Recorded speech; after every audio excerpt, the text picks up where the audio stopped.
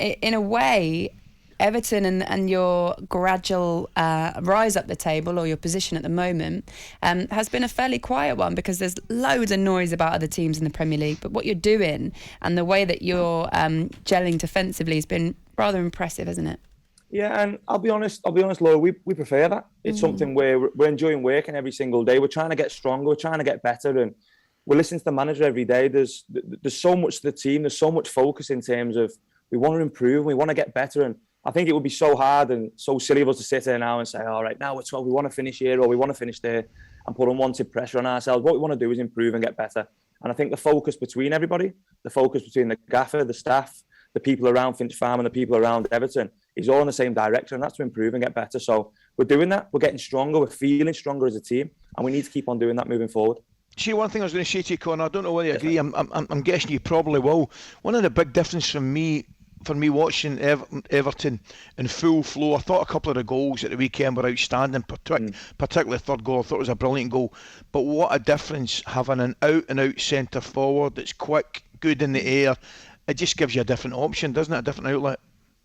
Yeah, and I think everyone knows what he's like, mate, don't they? They know what sort of player he is. They know what sort of person he is and what he can bring to Everton Football Club. He's a fantastic footballer. He's a brilliant person, Dom, as well. And what he brings to the dressing room and the character he brings as well is really, really good. And listen, since Neil's come into the club, he's done fantastic. But I think, obviously, Dom coming back into the team on the weekend and getting his goal, which was massive for any striker. I think we all know that. I think they live off goals, they feed off goals.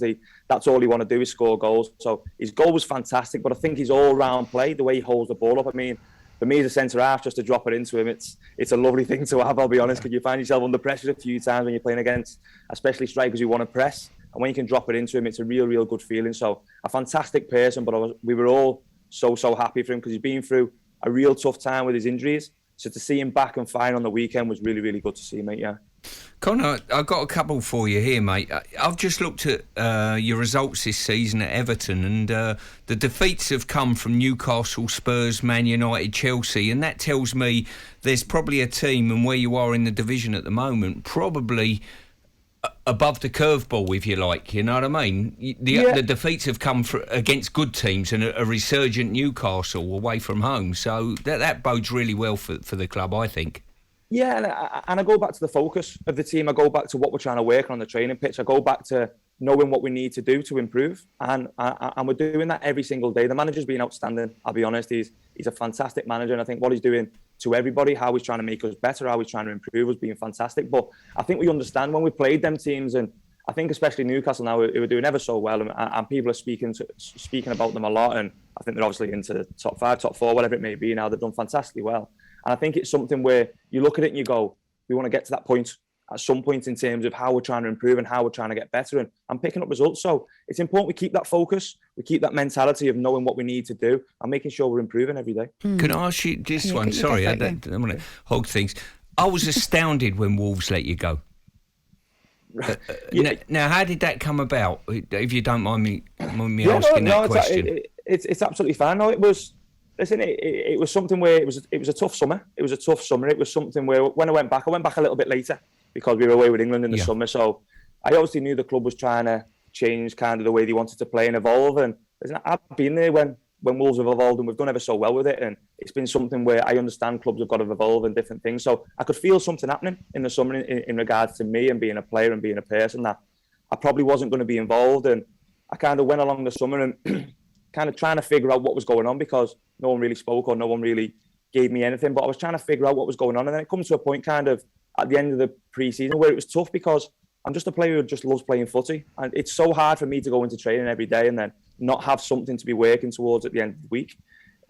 So it was kind of coming across that I wasn't going to play and I wasn't going to be involved nowhere near as much as what I have done over the last few years. And kind of Wolves and myself come to a decision where you were happy with me going, and that was kind of it. So I was so lucky that kind of Everton came in.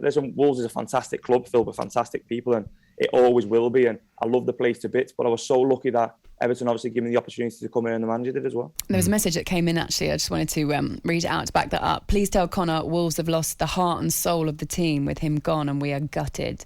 And I imagine you miss them, but you just mentioned there how much you just love playing football, and we can see that in the way that you're playing and your reactions. And I love the way that on social media, your club, you putting out these photos where you just look like you're having the absolute time of your life at the moment. I wanted to also just ask you a question about a bit further up the pitch. Dominic Calvert-Lewin coming back in, getting a couple of starts. 4 games now he's appeared since he's been injured, and he got a goal against Crystal Palace in a really important game and an important win. How important is he to you? Huge.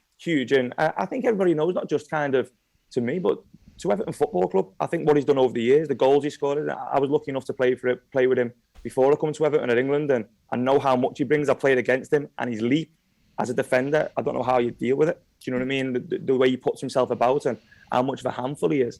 So it's so tough to deal with it as a defender. But we know how much he brings to our football club. We've seen that on the weekend. We know how much he's going to bring moving forward for us, and how important he is to us as well. But his goal on the weekend is something that we all give him a big hug after the game, just to say how much kind of it meant to us. But we've seen how much it meant to him as well, because the goal was outstanding, but it showed everything he's about: pace, power, winning the ball back to start off with, which people probably don't notice that he was the one to win the ball back, and then you counter, and then you go from there. So fantastic footballer, but an even better person as well. Yeah.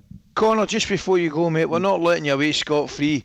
Can you do us a favour? Could you explain the handball rule to Pearcey and I, mate? Because we've completely lost the plot. We came in here this morning, and the first thing at 6 o'clock in the morning, Laura and I did, we disagreed with the 2 goals last night.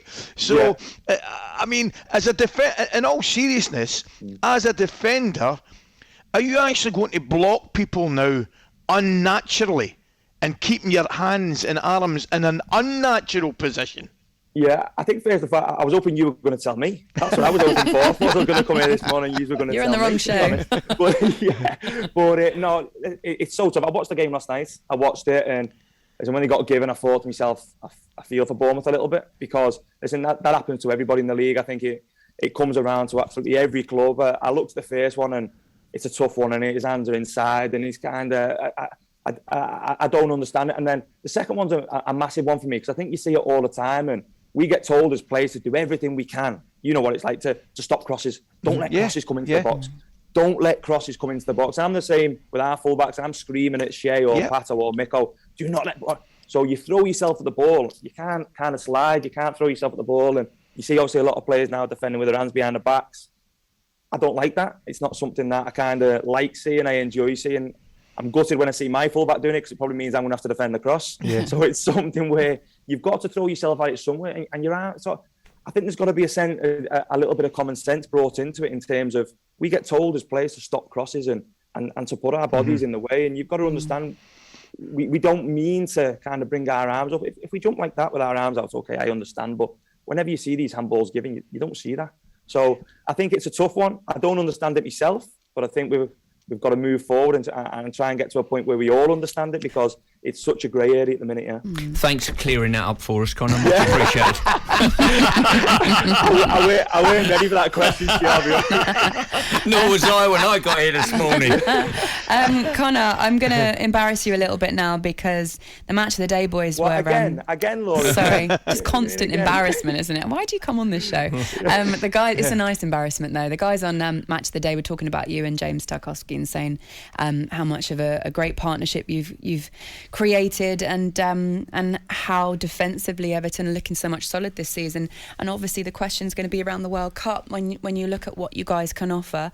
Do you have those conversations? Like, honestly, do you look at each other and go, God, good block, maybe we'll get called up together? We don't have the conversations like that. We don't have the conversation like, but maybe over a coffee and over lunch we speak about it. Of course we do.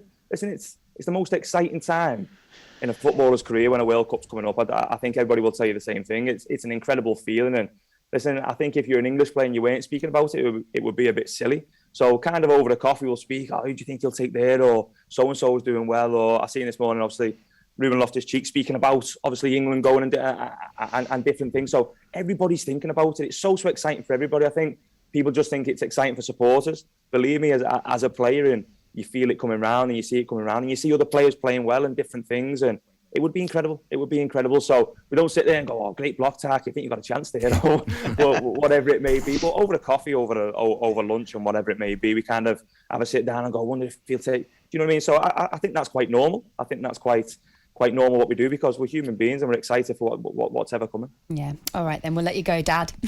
You go back to training. Thank you very much. I'll go look after the boys now. I'll go make the breakfast for them. Exactly. Get their packed lunches sorted. Well done, mate. Well done, mate. Keep it going. Thanks for having me on. Cheers. All the best. talkSPORT Breakfast with Laura Woods. Monday to Wednesday mornings 6 till 10.